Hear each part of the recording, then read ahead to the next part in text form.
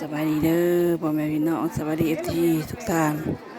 พ่อสองพ่อน้องมิมี่พี่น้องนี่เด็กหน่อยเขาเลยโรงเรียนละยายจักเดือนแล้วบ่ได้ลงคลิปนี่ไทยบาวดากินร้อนประมาณ3 เดือนบ่เดือน2 เดือนนี่นะจะลง งัด คลิปเลย งัดลงไป ไปดีพี่น้อง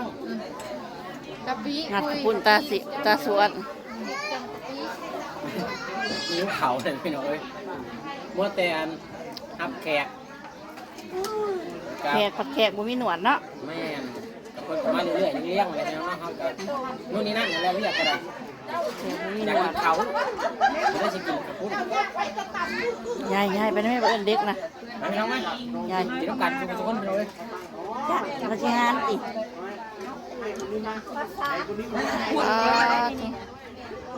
ดีคนผู้ที่บริหารไปเอานะ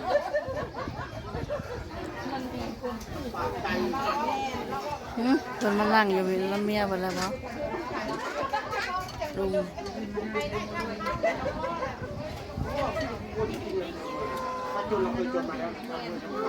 เอาบ่บอกพี่ อันคาเมนวานลีดไร กะปิพี่คนอยู่ได้หนัก ไหน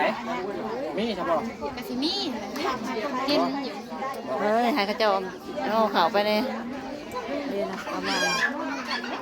มันมีได้ผมหักจะมานั่งบนนี้ไปรถละถ้าเขาไปก็จะรถ ที่เมืองเราสแตนบาย ใครเยอะจ้ะ มีจุดต่อที่เมืองอยู่แล้ว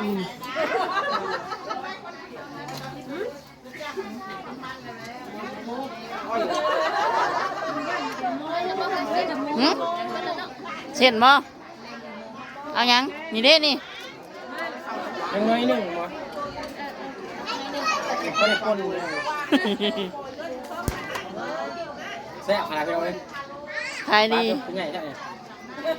ขายดีเลยเนาะ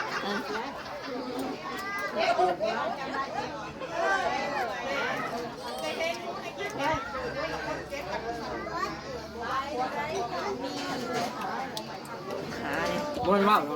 ยาย อันนี้พูด เจ้าวางน้ำเปิดพันหัวในตู้ในดอน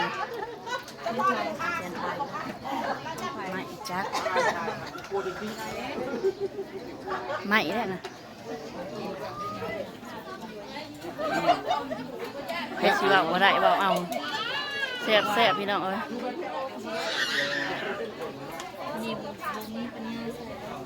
ไปก็บ่ได้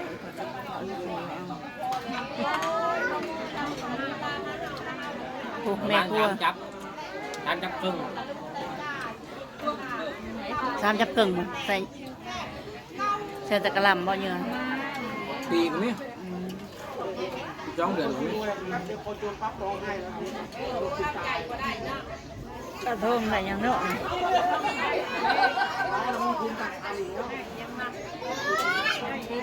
มาแล้วจะเอากาแฟมาตำกินกับผักนะเฮาข่อยเอามาเบิดแล้วหยกหนึ่งข่อยเอามาแกะแล้วก็หากว่าเพื่อนว่ากินแล้วก็กินพี่น้องเอ้ย โบลุบนั้นจะได้กระแป้งวานเลย ใครยุ่งยังไงกับแป้งนะ ร้านอาหารประมาณ5 ตู่เนี่ย แม่เสียว มันห่อใหญ่ยืดเพราะ แม่เสียวว่าห้าเอาเบิดคือทางเนาะจ้ะ อันนี้โมรวยไม่สิทนบ่ รู้แล้ว2 ล้าน ไปหาเงิน ไปแป๊บเดียว2 ล้าน สถานโอ้ย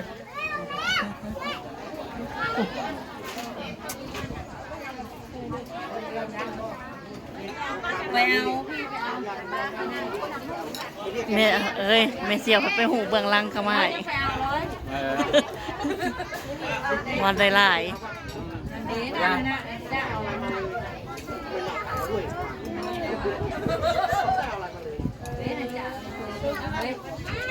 แซ่บแม่เสียวไปหูเบื้องหลังมาว่าไปจะเถื่อนได้หลายว่าซั่นแม่ครัวปลาหนุ่ย ให้มาดามนี่ นางไฟกับปลา มาดามคนงามวานใช้ทองชงสิกยำยางกินนี่ไรค่ะจิน มาได้ เขาก่อน มาจากอำเภอแล้ว อืม กิน นี่ไรเธอแกะออกเสร็จหนึ่งหายเขาได้มาจาก แล้วหมักใจนะ อุ้ยปลาเรียนจิบไม้เสียหาวอีก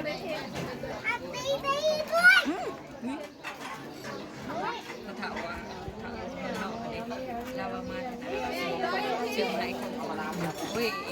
เราว่าเดี๋ยวมีขอใช้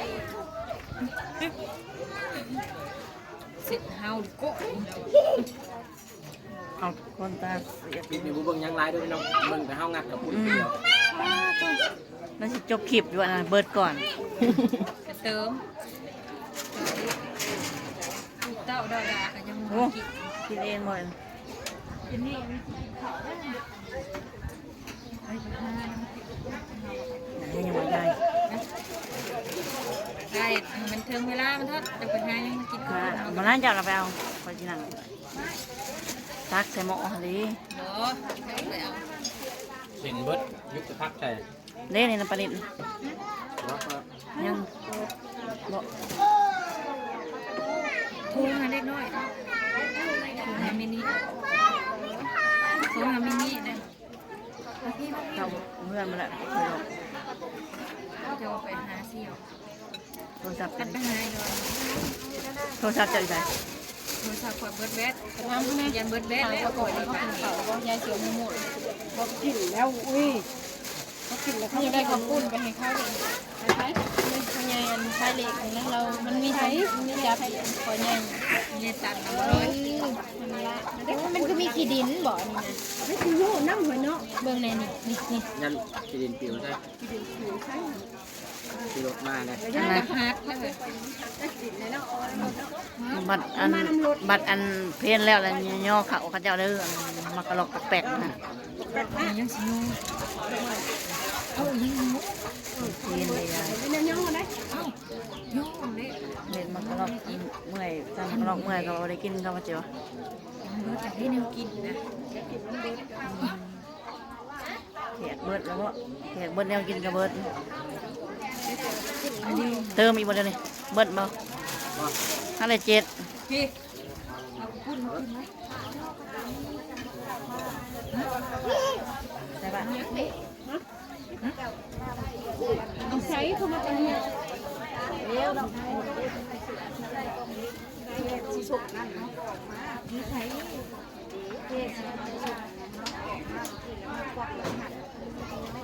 ได้ป่ะนะพวกนี้ นักกินไปให้ เ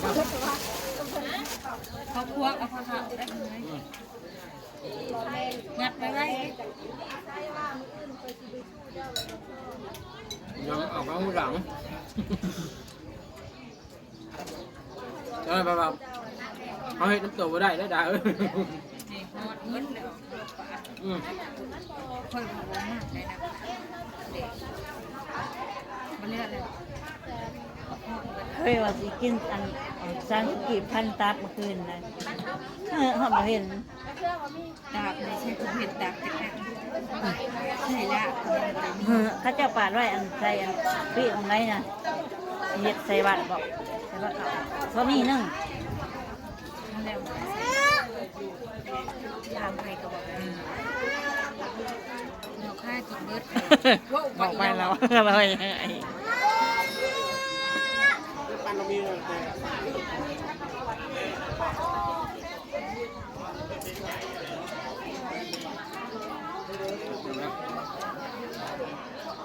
อย่าเสพจนเลื่อมเกลือมูได้เห็นแหลนวงนั้นวงนี้อยู่ ออกแล้ว สมุนมาละยายไปหาแตงมาไหม ยังไม่รุ่นมั้งนะมารุ่นฟันน้ำนมยกแข็งมาแล้ว หายกินแม่ลูกเคยเจ้าเด็กกับปนีหรือแม่ชีวิตลูกสาวเนี่ยนี่เท่าลูกเคย หากินเด้อลูกไปลูกมัน คุณเราเมื่อวันนั้นอยากกินกุ้งไปขากันติ๊ก เสี่ยวเสี่ยวหมอ พาลานให้ไหลเขาห่วงห้องให้มีสีใสเหลืองไม่ห้องอย่าได้ขาดขอให้ทานทุกตะวัดเจ้าน้องหงอยู่นาน